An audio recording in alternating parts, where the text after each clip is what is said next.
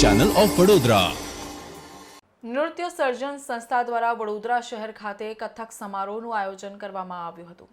વડોદરાની કથક નૃત્યની તાલીમ આપતી નૃત્ય સર્જન સંસ્થા દ્વારા ધરોહર શીર્ષક હેઠળ કથક નૃત્ય સમારંભ યોજવામાં આવ્યો હતો, જેમાં મુંબઈના જાણીતા તબલાવાદક પંડિત કાલીનાથ મિશ્રા ઉપસ્થિત રહ્યા હતા, જ્યારે મુખ્ય અતિથિ તરીકે doctor Geetika Madan Patel, faculty of performing આર્ટ્સના dean professor doctor Gaurang Bhavsar ઉપસ્થિત રહીને દીપ પ્રગટાવીને સમારોહનો આરંભ કર્યો હતો। ધરોહર કથક નૃત્ય સમારોહ સીસી મહેતા સભાગૃહ ખાતે યોજાયો હતો। આ સમારોહનું સંચાલન નિવેદિતા થોરાતે કર્યું હતું। તબલા પર ચિરાયુ બોલે, પખાવાજ પર દ્વિજ ગાંધર્વે સાથ આપ્યો હતો, જ્યારે સ્વરિત કેલકર અને રુચિકા પરાંજપે સ્વર આપ્યો હતો, જ્યારે વાયોલિન અને વાંસળીના સુર ફેનિલ સોનીએ આપ્યા હતા। ડોક્ટર મંજરી પટવર્ધન દ્વારા યોજાયેલ નૃત્ય સમારોહમાં 36 વિદ્યાર્થીનીઓ દ્વારા વિવિધ ગ્રુપમાં કથક નૃત્યની શાસ્ત્રીય શૈલીમાં વિવિધ નૃત્ય રજૂ કરવામાં આવ્યા હતા, જેમાં ગણેશ વંદના, સરસ્વતી વંદના, ગંગા તરંગ, શિવ સ્તુતિ, તરાના, હોળી ઠુમરી, કસ્તુરી તિલકમ સહિતની વિવિધ નૃત્યો કથક શૈલીઓ રજૂ કર્યા હતા। મુંબઈના જાણીતા તબલા વાદક પંડિત કાલીનાથ મિશ્રાએ કથક નૃત્યમાં તેમની સંગત કરી હતી।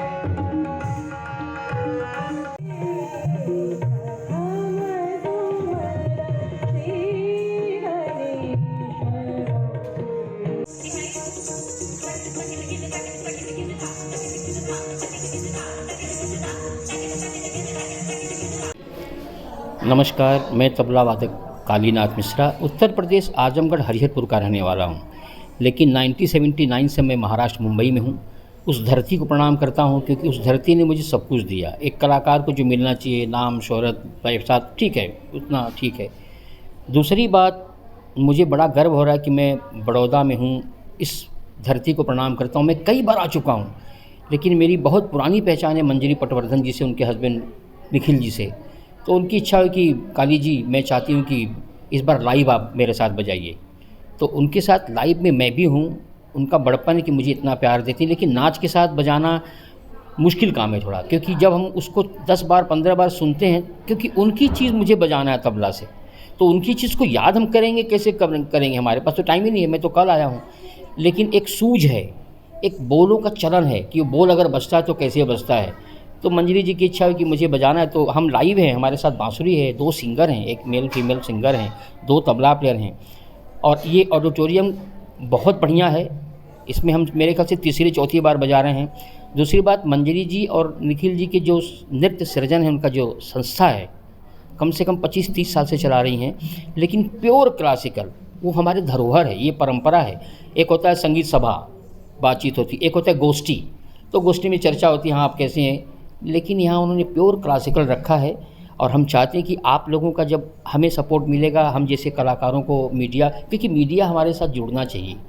हम बड़े शहरों में जाते हैं तो मुझे कोई नहीं आता है, लेकिन जब ऐसे मौके पे जाते हैं तो इतना अच्छा लोग आते हैं कवर करने के लिए। आज सुबह भी काफ़ी लोग आए थे, तो मैं उन दोनों हस्बैंड वाइफ को बहुत मन से आभार प्रकट करता हूँ और ईश्वर से प्रार्थना करता हूँ कि दोनों को बल दे और आपका सहयोग मिले और हम उनके साथ हमेशा हैं।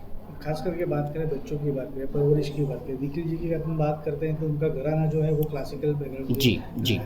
आज के बच्चों के लिए कैसे आप परवरिश? देखिए, पहली बात तो घराना ये स्कूल है, ज़रूरी नहीं कि हर घराने से कोई बहुत बड़ा विभूति पैदा हो जाए, लेकिन हमको बच्चों को मार्गदर्शन बहुत सही देना है, क्योंकि उनकी स्टाइल 2-3 ही घराना है, जयपुर घराना, बनारस घराना, लखनऊ घराना। विद्या है, ये विद्या तो देने की चीज़ है, लेकिन मैं कल से देख रहा हूँ कि उनके बच्चे के माता पिता बहुत सपोर्ट करते हैं, क्योंकि ये दोनों का सहयोग होना चाहिए। बच्चा अगर नहीं भी सीखना चाहता, बच्चे की उम्र है, 5 साल का बच्चा कितना बेचारा करेगा, लेकिन 5 साल से लेके इनके पास 50 साल के बच्चे हैं और सब उसमें रमे हुए हैं, तो उनका भी माता पिता का भी सपोर्ट मिलता है और बच्चे बहुत अच्छे से सीख रहे हैं। आज के ज़माने में सर एक बार बताऊँ, क्लासिकल बहुत अच्छा उसकी होता है, उसकी अच्छा प्रसिद्ध हो रहा है वो क्लासिकल, मतलब काफ़ी प्रचार हो रहा है। तो चाहे वो किसी विधा का हो, चाहे म्यूज़िक में हो, चाहे इंस्ट्रूमेंट में हो, चाहे वोकल में हो, चाहे नृत्य में हो, तो इनका नृत्य का धरोहर को मैं बधाई देता हूँ।